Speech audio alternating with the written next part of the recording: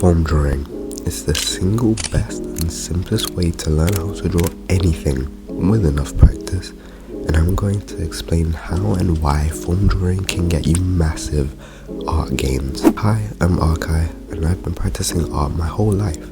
In the last 3 years, I've decided to seriously learn art, and I made this channel to teach the lessons I've learned along the way to beginner artists like me who want to improve their art and impact people.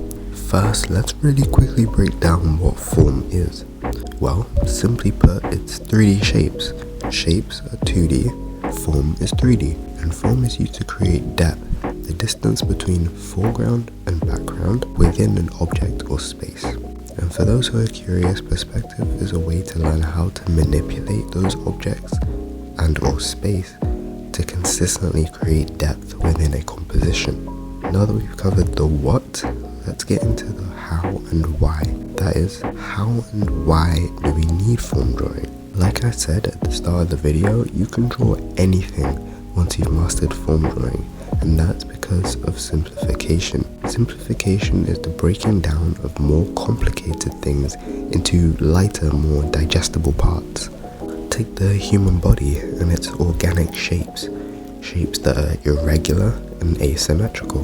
What makes stuff like human anatomy difficult to draw is that when you're given a new pose to draw, the different body parts and shapes are often at a new angle, and so their shape changes, making it hard to memorize and learn which shapes to draw, unless you turn those organic shapes into geometric ones, meaning they have a fixed structure.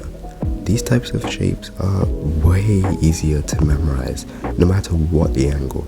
Not to mention that they're easier to keep in perspective, which prevents your art from looking off. So let me introduce you to the big three that I always fall back on when a form isn't super obvious in a reference. The sphere, the cylinder, and my personal favorite, the box. Recently in the art community, the term art fundamental has been synonymous with the word boxes, and drawing boxes as well as gesture drawing has been my go-to drawing exercise for months at this point. All three of these forms can be used to construct more complex ones, making it easier to remember. All three of these forms can be used to construct more complex ones, making it easier to remember what something looks like, because you've essentially removed all the nuance from the original organic structure that would otherwise be harder to replicate. Here's an example of what I mean. Instead of drawing the muscles and bones individually, if I'm familiar with the body part, in this case it's an arm, I group the muscles and bones into a simpler shape. So here, the top of the arm is just a simplified shape of the deltoid muscles.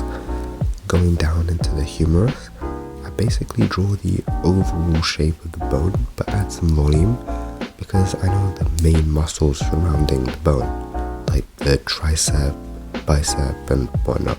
Finally, I draw the forearm, which is a lot more simplified because there are so many muscles that can easily be defined by using shadows. So in the middle sketch, I drew a cylinder that kind of bulges towards the top.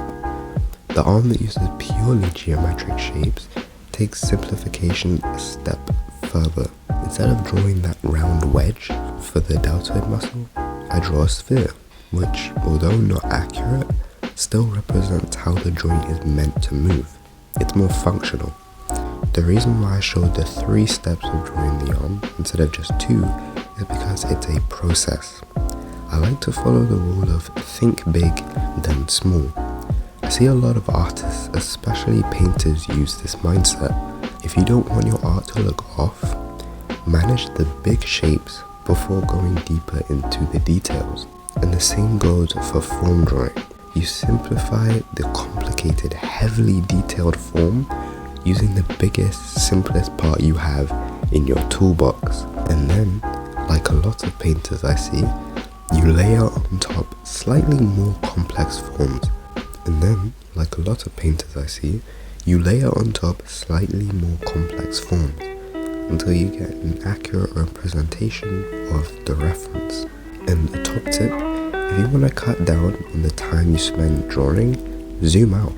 Sometimes the most detailed aspect of an artist's work is nothing but a few well-placed lines. If you'd like to see more art tutorials like this in the future, leave a like and subscribe so you don't miss my next upload. But the one thing I'd appreciate more is that you take action after this video ends. Stay creative and always keep improving.